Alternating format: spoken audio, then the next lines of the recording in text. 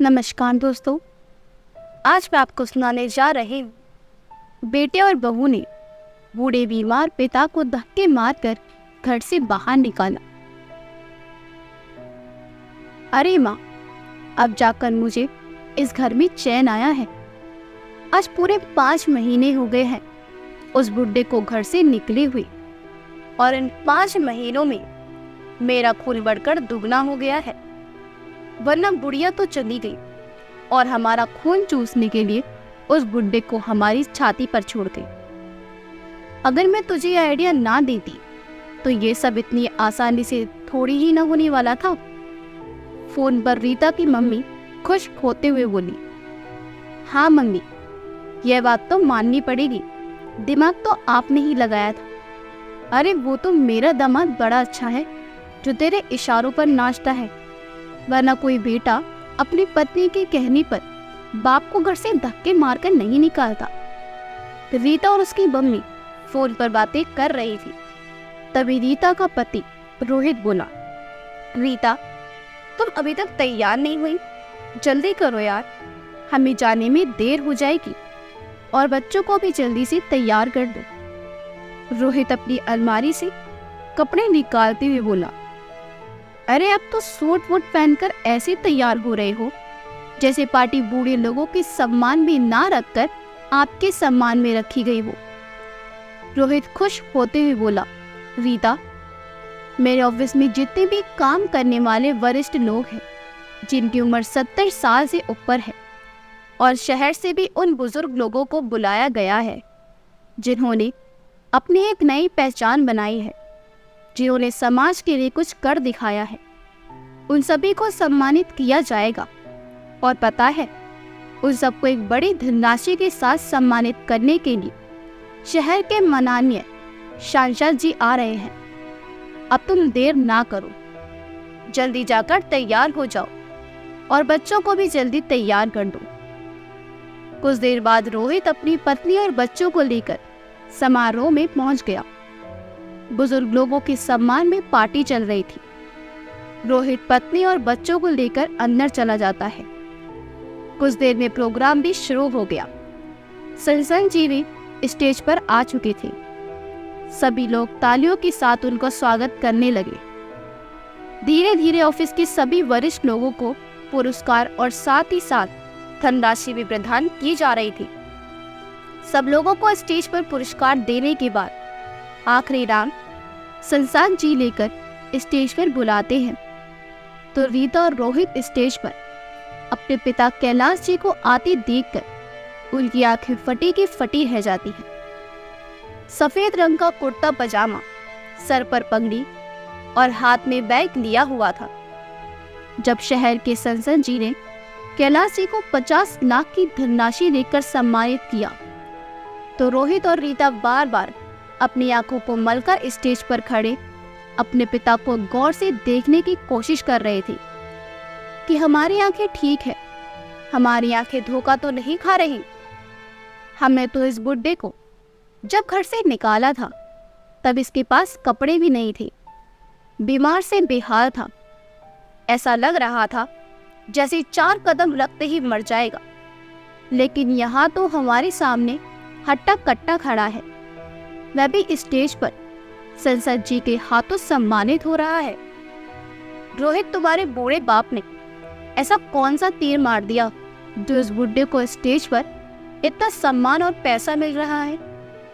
घर में तो इनसे एक काम भी नहीं होता था। एक काम बताने पर ही बीमारी का बहाना बनाकर खाट में पड़ा रहता था और हमारे खर्चे करवाए जाता था। उस समय तो बुड्ढे ने मेरे शरीर में खून भी नहीं छोड़ा था, हर समय मुझे फूकता रहता था, रीता ने रोहित से कहा। रोहित और रीता दोनों सोच में पड़ गए। दरअसल अभी कुछ समय पहले ही रोहित ने अपनी पत्नी के कहने पर अपने बूढ़े पिता को घर से धक्के मारकर निकाल दिया था। कैलाश जी की तबीयत अक्सर खराब रहती थी, वो अस्थमा के मरीज थे। जब तक उनकी पत्नी सविता जिंदा थी तो उनका खूब ख्याल रखती थी, लेकिन उनके जाने के बाद से ही बेटे और बहू ने उनकी हालत बस से बदतर कर दी। बहू को तो कैलाश जी फूटी आंख नहीं सुहाते थे और बेटा पत्नी के कहने पर पिता को भला बुरा सुनाता रहता था। जब कैलाश जी को सांस लेने में दिक्कत होने लगी तो उन्होंने अपने बेटे से डॉक्टर के पास जाने के लिए कहा, तो बहू ने फटाक से मना कर दिया कि कोई जरूरत नहीं है बुढ़ापे में इन पर पैसा खर्च करने की, आज नहीं तो कल तो इस बुढ़े को मरना ही है, तो फिर इनके ऊपर पैसा क्यों खर्च करें। बहू की बातें सुनकर कैलाश जी की आंखों में आंसू आ गए। वह चुपचाप अपने कमरे में चले गए। अगले दिन रोहित के ऑफिस के कुछ लोग उसके घर आ रहे थे। उसने घर में ही मीटिंग रखी थी। कैलाश जी की हालत खांसी की वजह से खराब हो रही थी। वह बार बार अपने कमरे में बैठ के खांस रहे थे और खांसने की आवाज बाहर तक आ रही थी, जिसे सुनकर बहू कैलाश जी के कमरे में गुस्से से गई और उनसे चिल्लाते हुए कहा, अरे क्या पागलों की तरह खांस रहे हो? बोला था ना मैंने सुबह कि रोहित के ऑफिस के लोग आ रहे हैं, तो तुम सबसे ऊपर छत पर चले जाना, लेकिन नहीं, तुमको तो हमारी इज्जत की धज्जियां उड़ाने में ही बड़ा मजा आता है। अब की बार मुंह से आवाज आई तो अच्छा नहीं होगा। बहू कैलाश जी के मुंह में कपड़ा ठूसते हुए बोली और वहां से चली गई। लेकिन बेचारे कैलाश जी तो खांसी से बेहाल थे। खूब कोशिश करती, लेकिन फिर भी अपनी खांसी को ना रोक पाती। उनके कमरे में पानी भी नहीं था। वह धीरे धीरे कदमों से रसोई की तरफ जाने लगे। रोहित के ऑफिस के लोग हॉल में ही बैठी थी। जैसे ही बेटे की नजर उन पर गई, उसका पारा गर्म हो गया और कैलाश जी का हाथ पकड़कर पीछे वाले दरवाजे से बाहर खड़ा कर दिया और बोला, आपको मेरी बात समझ में नहीं आती क्या? क्या जरूरत थी बाहर निकलने की? मेरे दोस्त आपको देख लेते तो मेरी कितनी इंसल्ट होती, यह जानते हो आप? बेचारे कैलाश जी बोलने की हालत में नहीं थे। लगातार खांसी हो रही थी। बस उसके बीच बीच में पानी शब्द निकल रहा था। बेटा अपने पिता को उंगली दिखाते हुए घूर कर बोला, अंदर मेरी मीटिंग चल रही है, जब तक मैं ना कहूं अंदर कदम भी मत रखना, कहकर बेटे ने दरवाजा बंद कर दिया। कैलाश जी खांसते रह गई, लेकिन बेटे ने उन्हें एक घूंट पानी तक नहीं दिया। घर के पीछे उनका छोटा सा बगीचा था, उसमें पक्षियों के लिए पानी रखा था। जब कैलाश जी को कहीं भी पानी नहीं मिला तो उन्होंने पक्षियों का झूठा पानी ही पी लिया, जिसे पीकर उनके सांस में सांस आई और बगीचे में ही बैठकर अपनी पत्नी को याद कर फूट फूट कर रोने लगी। देख लिया सविता, तुम्हारे जाने के बाद क्या हालत बना दी है बेटा बहू ने मेरी। क्यों चली गई तो मुझे अकेला छोड़कर? मुझे भी अपने साथ ही ले जाती।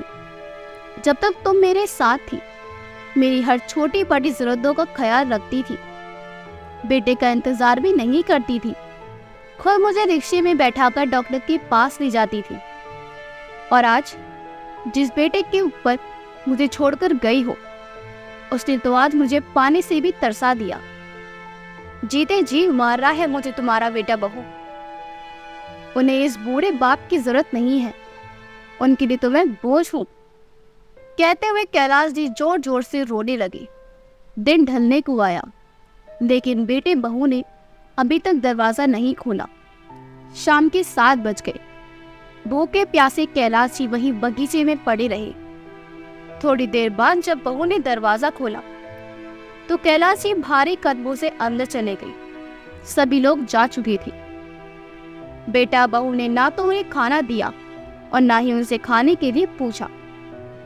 कैलाश जी ने भी बेटे बहू से खाना नहीं मांगा, क्योंकि बेटे और बहू के इस व्यवहार से पेट तो उनका पहले ही भर चुका था। भूखे प्यासे कैलाश जी अपनी चारपाई पर लेट गए।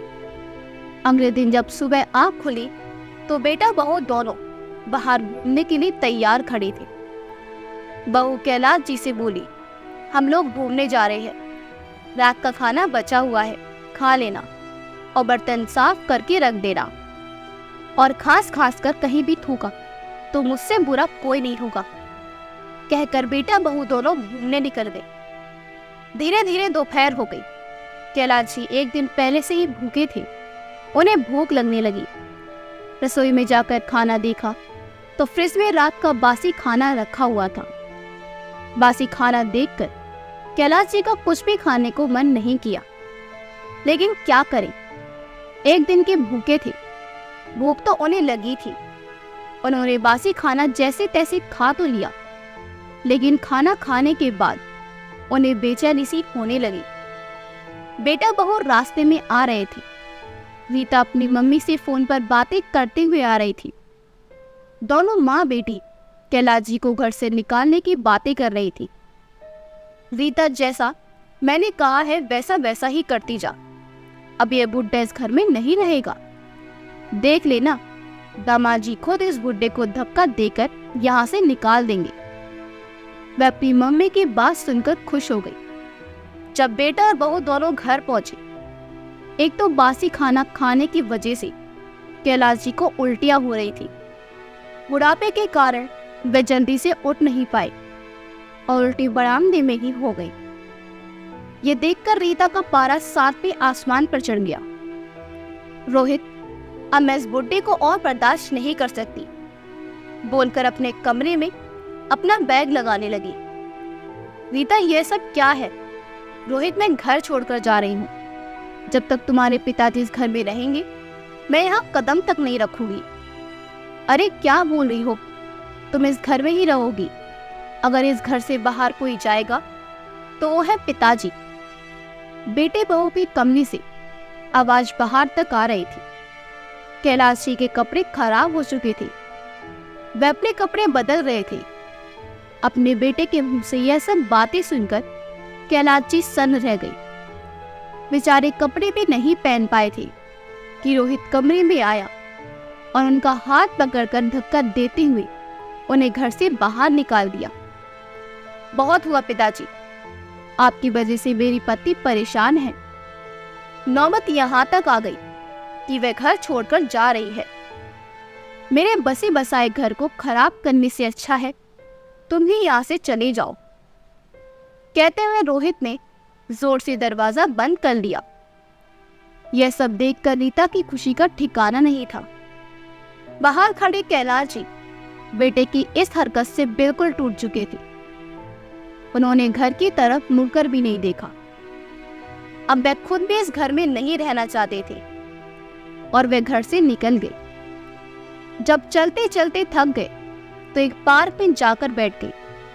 घंटों तक बेटे की इस औछी हरकतों के बारे में सोचते रहे। किस तरह बेटे ने पति के कहने पर एक ही झटके में पिता को घर से बाहर निकाल फेंका। नहीं सोचा कि यह बीमार बूढ़ा बाप कहाँ रहेगा, कैसे रहेगा। अब कैलाश जी के पास ना तो रहने के लिए जगह थी और ना ही खाने के लिए कुछ था। जब बच्चे बुढ़ापे में माँ बाप को घर से निकाल देते हैं तो उनका एक ही आसहारा रहता है, वृद्धाश्रम। कैलाश जी नम आंखों से एक वृद्धाश्रम में जा पहुंचे। वृद्धाश्रम के लोगों ने कैलाश जी को पहनने के लिए कपड़े दिए और फिर खाना खिलाया। धीरे धीरे कैलाश जी को कुछ 3-4 महीने बीत गए। वृद्धाश्रम में किसी चीज की भी कमी नहीं थी, न खाने पीने की और न ही चिकित्सा की। धीरे धीरे उनका स्वास्थ्य सही होता गया। उन्हें डायरी लिखने का बहुत शौक था। जब वे बीमार रहने लगे तो उन्होंने लिखना छोड़ दिया था। उनकी डायरी घर ही छूट गई थी। उन्होंने फिर से डायरी लिखना शुरू किया, जिसमें उन्होंने अपने जीवन की हकीकत को उतारा। अपनी पत्नी के साथ बिताए पल, जो उनके बेटे बहू ने उनके साथ किया, वह सब उन्होंने अपनी डायरी में लिखा। एक दिन उनके पास बैठे उनके मित्र वर्मा जी ने उनकी डायरी पढ़ी। अरे कैलाश जी, आपकी कहानी तो दिल को छू गई। तुमने बहुत अच्छी डायरी लिखी है। जो कुछ आपने अपनी डायरी में लिखा है वह सभी माता पिता की बुढ़ापे की सच्चाई है। और एक माता पिता इन दुख दर्द से गुजरते हैं। जीवित रूप में तो एक दुखी पिता की कहानी को डायरी में उतारा है।